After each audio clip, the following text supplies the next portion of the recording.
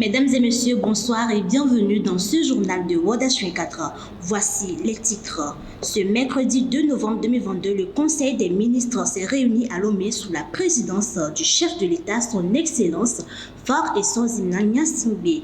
Et au Liban, le président Michel Aoun a quitté le palais présidentiel. Le pays reste sans président. Sur le plan national, deux conventions de financement à Lomé ce vendredi 28 octobre 2022 entre la secrétaire générale de la présidence de la République togolaise, Sandra Johnson, et le chef de la délégation de l'Union européenne, Joaquim Tasso Villayonga. Dans un montant global de 55 millions d'euros, ces deux accords concernant respectivement le programme d'appui à la lutte contre le changement climatique, la protection de la biodiversité et l'agroécologie et le programme de renforcement des services publics locaux. La mise en œuvre de ces programmes permettra à terme de contribuer durablement à l'amélioration significative des conditions de vie des populations vulnérables. Toujours sur le plan national, le Conseil des ministres s'est réuni ce mercredi 2 novembre 2022 sous la présidence du chef de l'État, son Excellence Faure Essouzina Gnassingbé. Le Conseil a examiné un projet de décret relatif au registre social des personnes et des ménages destiné à identifier les cibles de la mise en œuvre des différents projets sociaux, un avant-projet de loi portant régime juridique applicable aux entreprises publiques et des communications relatives à la fusion des conseils des sous-secteurs de l'éducation et à la mise en place du Fonds national pour le développement du sport. Le nouvel homme fort du Burkina, le colonel Ibrahim Traoré, a consacré sa première visite à l'étranger au Mali. Ce mercredi 2 novembre 2022, le chef de la junte burkinabé s'est rendu précisément à Bamako. Il s'est entretenu sur plusieurs points avec son homologue malien Assimi Goïta. Cette visite d'amitié et de travail est d'ailleurs son premier déplacement à l'étranger depuis sa prise de pouvoir. Regardez. Premier déplacement officiel pour le nouvel homme fort du Burkina Faso.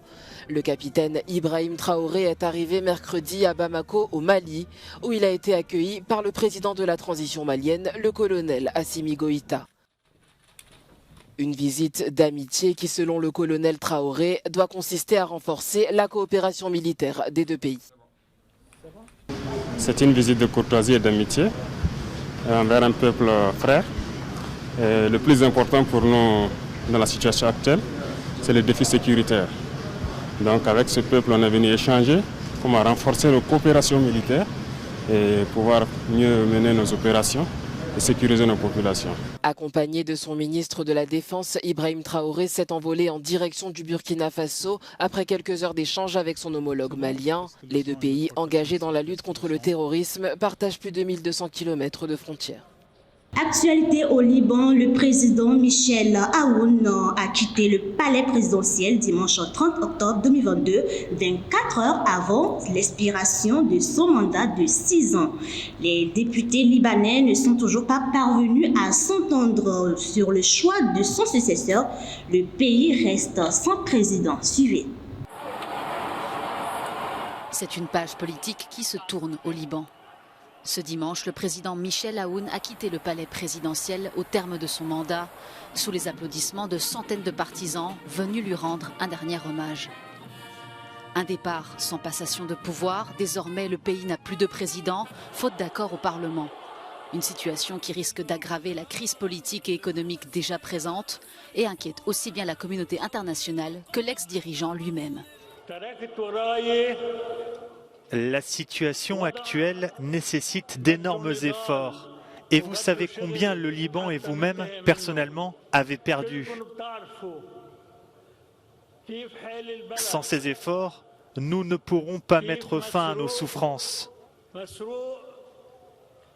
Nous ne pourrons pas sauver le Liban de ce gouffre profond.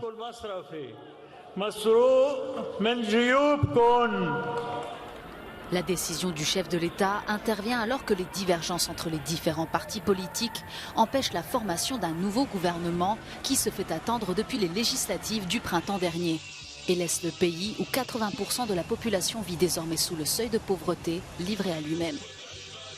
Retour sur le plan national, la 4e édition du Salon Ferin a commencé depuis mardi 1er novembre 2022 sur l'esplanade du Palais des Congrès de Lomé avec l'inauguration du Ferin Village. D'après la secrétaire générale de l'association Terreau Fertile, Ateitsatou Pali, Ferin Village est une innovation de cette année et est une réponse à la nécessité d'accompagner les demandeurs d'emploi et les primo-entrepreneurs avec pour thème investir dans l'Afrique de demain. L'événement porté par l'association Terreau Fertile s'achève donc ce dimanche 5 novembre 2022. Eh bien, c'est ainsi que s'achève ce journal. Merci pour votre fidélité et d'ici là, portez-vous très bien.